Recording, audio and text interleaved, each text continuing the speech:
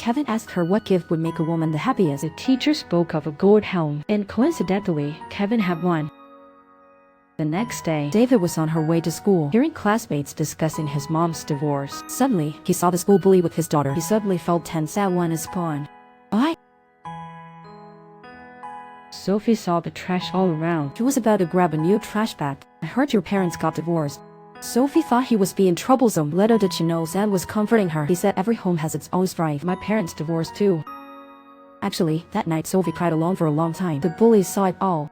After Sophie left, then the principal appeared. He asked who made the mess on the ground. Zan admitted it was his fault. He also helped Sophie clean up the trash. This scene was also seen by David not far away. This changed David's opinion of Zan. The man turned 18 again, and he sees his wife dating someone else. Auntie. Because his wife at this time did not know this man was her husband, so she greeted them and turned to leave. But she twisted her ankle shortly after. The two hurried over to check on her, but Daisy only cared about her high heels, and Ethan offered her a ride to the hospital. David watched another man help his wife. He felt incredibly sad. After the check, Daisy was okay. At that moment, David was outside fixing Daisy's shoes. He also bought a pair of flip-flops. Meanwhile, Ethan bought Daisy a pair of sneakers. When David got to the hospital, he saw Ethan putting shoes on Daisy. David handed Daisy her repair heels, but he didn't bring out the flip-flops. Then David went to Mark's company. Mark handed him Ethan's signature. David was furious as he looked at the signature. He threw his clothes on the floor. The two then started to argue. Meanwhile, Daisy's friend Irene complained about having too much work. She almost fell. Thankfully, David rushed over to catch her. Then, David gave her the flip-flops he just bought. Irene already had a crush on David. This made her more taken. She kept grinning in her flip-flops. The next day, David and his son came home. But now, he was his son's classmate. David saw the dirty bowls in the sink. He told Lucas to do her homework first. Then, he started washing the dishes. Just then, Sophie came back with classmates. Sophie was shocked to see him. One of her classmates exaggerated that David is a good family man. David asked Sophie if she had eaten, but Sophie replied, "What's it to you? Are you my dad?" But David could not explain. Suddenly, his mother-in-law called. He hurried into the bathroom to answer the call.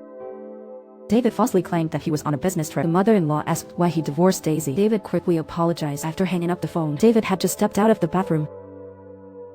David was startled. The mother-in-law found him very familiar, but she couldn't recall why at that moment. Then, David quickly left. The next day, Eileen was wearing the slippers David gave her. So she called Daisy to arrange a meeting that evening on the other side. So he offered to drive her home, but Helen declined. When Helen came out, she ran into Kevin. Kevin also offered to drive Helen home. Helen glanced at the nearby stretch limousine. She turned him down quickly. Kevin invited Helen out on a date, but Helen said she had a boyfriend. She spoke and just walked away. Just as Helen left, he questioned, "What are you doing with Helen?" This left Kevin stunned. "My Helen?" But then Mr. Choi said, "I'm dating Helen, you know. It's a secret." That night, Irene asked Daisy about her 40-year-old friend liking a teen. She's a total lunatic. Irene rested her head in shame. Just then, David came in looking for Kevin. Kevin informed him that Helen's boyfriend was Mr. Choi. "It's fine, you were out of luck anyway." "David, do you still see us as friends?" Irene next to them heard the name David Hong. She approached them. "Eugene. Are you David Hong?"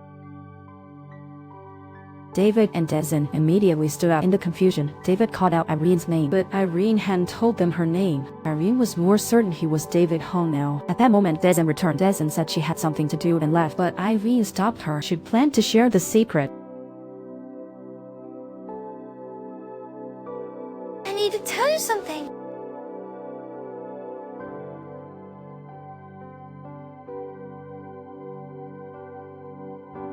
The girl was late for school. Unexpectedly, the bully who harassed her brother intentionally stood at the school gate to be late with her. Soon, the late students were punished to run. At that moment, Max also joined in. He took Sophie's backpack and helped her carry it. Sophie asked him why he was here. "Weren't you not late?" But Jehao said he was doing volunteer work. At that point, the teacher urged them to hurry. Seeing this, Sophie hurried up. Seiken also tossed his backpack to Jehao, but Jehao tossed the backpack on the ground instead.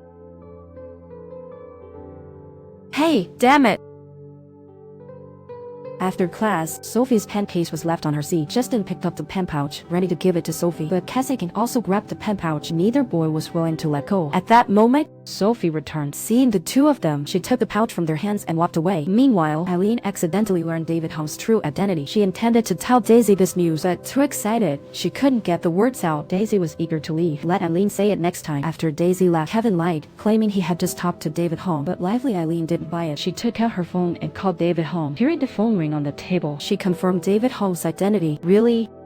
Didn't I tell you to buy another phone? David Holmes pleaded with Eileen not to tell Daisy the secret, but Eileen was so mad then, because the one she liked was her friend's hubby. She then turned and walked away, but in her drunken state, she told Mr. Choi it was the time for David Holmes and Lucas' teen entrance test. Mr. Choi watched David Holmes on the field. He remembered the young David Holmes. He remembered Eileen said, "Eugene is David Holmes." Soon, Dylan and Lucas passed the test. Next, they just need parent interviews to officially join. Dylan saw his daughter at the door, so he waved to Sophie. Sophie pretended not to see, but Justin and Chris saw. The two misunderstood Dylan as a rival. After school at night, Lucas told Dylan he was unsure how to handle the parent talk. Dylan told him to tell his parents about playing basketball. On the way back, they ran into Daisy and Irene. Daisy told Dylan she knew everything. Dylan thought Irene had told Daisy about his youth, so Dylan feared Daisy would be mad and said he wished to speak alone. But Daisy replied, "Why would I be mad about you and Lucas playing basketball?" It turned out Irene hadn't told Daisy about that. Dylan was grateful to Irene. On the day of the parent talk, Teacher Choi invited Lucas' mother, Daisy, to a bar.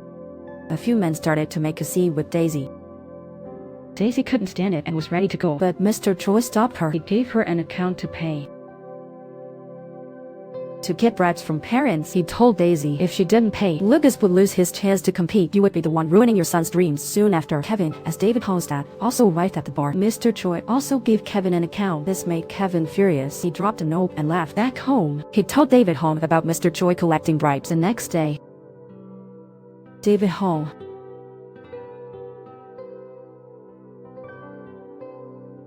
Oops, I got it wrong. You're a gal, Yuan. At night, Daisy found Mr. Choi with the money. She aimed to record his bribes, but Mr. Choi quickly caught on. Let me tell you something interesting about David Holmes. David Holmes. Soon, David Holmes heard and rushed over. He ran out and asked Daisy what happened, but Daisy didn't tell him. She just drank alone. She remembered what Teacher Kim had just said 10 years ago. David's dream was to play basketball, but then his son got asthma. To afford the medications, David had to quit basketball at work.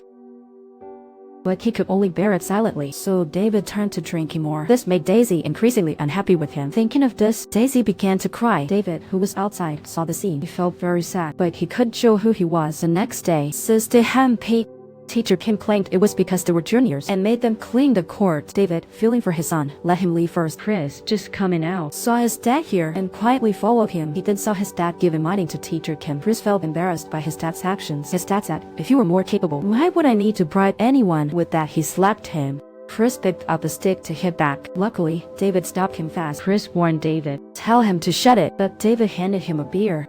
David said to never hate that, no matter what, otherwise you'll regret it. Chris took a sip of the beer. He ended up fainting right away. Helpless, David had to carry him to Kevin's house.